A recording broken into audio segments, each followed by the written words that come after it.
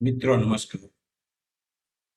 આજે આપણે એક વિશિષ્ટ દિવસ જેને સિંહ દિવસ તરીકે ઓળખીએ છીએ એના વિશે સ્લાઇડ દ્વારા ટૂંકી માહિતી જોઈશું. સિંહ દિવસ 10 ઓગસ્ટ 2025 આજનો દર વર્ષે ઉજવવામાં આવે છે. તાજેતરમાં કરવામાં આવેલી સિંહોની ગણતરીના આંકડા જાહેર થયા એ મુજબ આપણા રાજ્યમાં હાલમાં 891 સિંહ નોંધાયા છે. ગુજરાતમાં એશિયાન્ટિક સિંહોની સંખ્યા વધીને 891 થઈ છે. અગાઉ થયેલી સંખ્યાની ગણતરી કરતા 32.19% વધુ છે. એટલે હવે ગુજરાતમાં સિંહોની સંખ્યા વધીને 891 થઈ.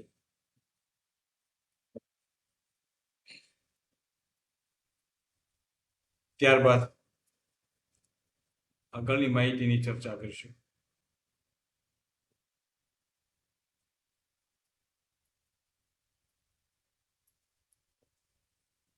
ગીરમાં સિંહ વસ્તી ગણતરી જે શરૂ થઈ 35,000 ચોરસ કિલોમીટર વિસ્તાર. મિત્રો,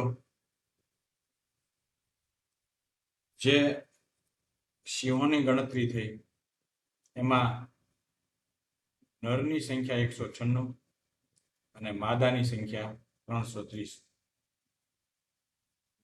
અને બચ્ચા 225 છે.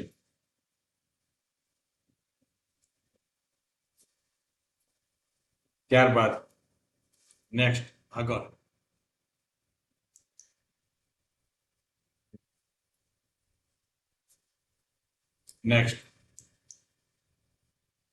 સિંહ દિવસ. સિંહનું સંરક્ષણ આપણી જવાબદારી. તારીખ 10 ઓગસ્ટ આજે. ત્યાર પછી નેક્સ્ટ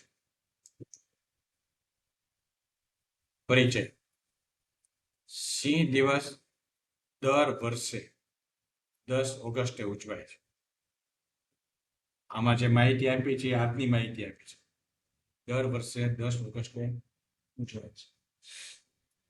એનો હેતુ શું છે? તો કે સિંહનું સંરક્ષણ, જાગૃતિ અને વન્યજીવનું મહત્વ સમજાવવું. આ એનો હેતુ છે. ત્યાર પછી નેક્સ્ટ સિંહનું મહત્વ.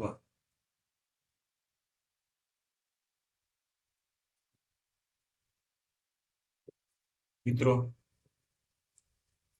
ગુજરાત સરકારના વન વિભાગ દ્વારા દર 5 વર્ષે સિંહની વસ્તી ગણતરી કરવામાં આવે છે. જે અંતર્ગત એશિયાઈ સિંહનો 16મા વસ્તીનો અંદાજ 2025 10 મે થી 13 મે દરમિયાન યોજવામાં આવ્યો.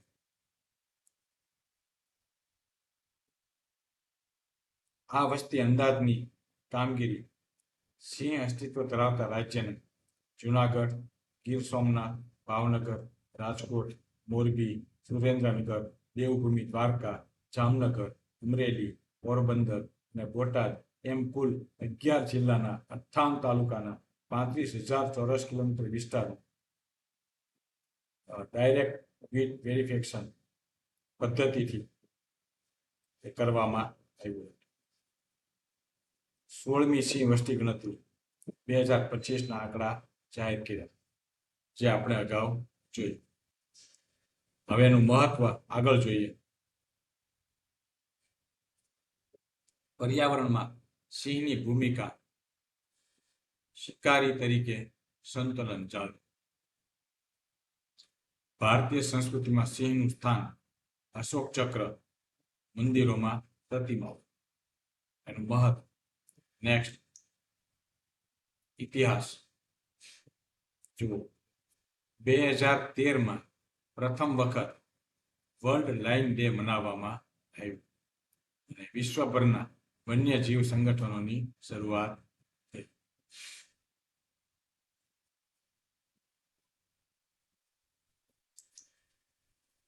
સિંહના પ્રકાર. એશિયાટિક સિંહ, ગુજરાતના ગીર અભયારણ્ય અને આફ્રિકન સિંહ.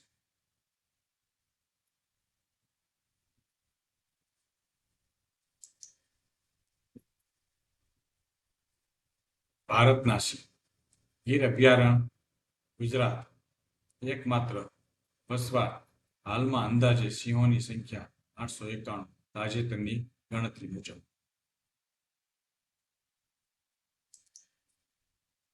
સિંહને પડકાર.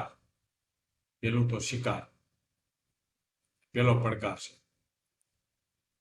પછી બીજું, આવાસમાં ઘટાડો થયો અને માનવ વન્યજીવન સંઘર્ષ સતત ચાલુ છે.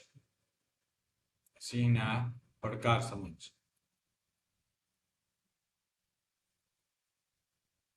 ત્યાર પછી નેક્સ્ટ, સંરક્ષણ પ્રયાસો. ગીર અભયારણ્યનું રક્ષણ, પહેલી બાબત. કાયદાકીય સુરક્ષા સિંહ માટે અને જનજાગૃતિ કાર્યક્રમો ગોઠવવા. ત્યાર પછી નેક્સ્ટ, વિશ્વ સ્તરે પ્રયત્નો. તો એમાં વિશ્વ સ્તરે પણ પ્રયત્નો કરવામાં આવ્યા છે, જે આ સ્લાઇડમાં માહિતી આપી છે. વાઇલ્ડ લાઈફ પ્રોટેક્શન ઓર્ગેનાઇઝેશન, વિશ્વ સ્તરે પ્રયત્ન.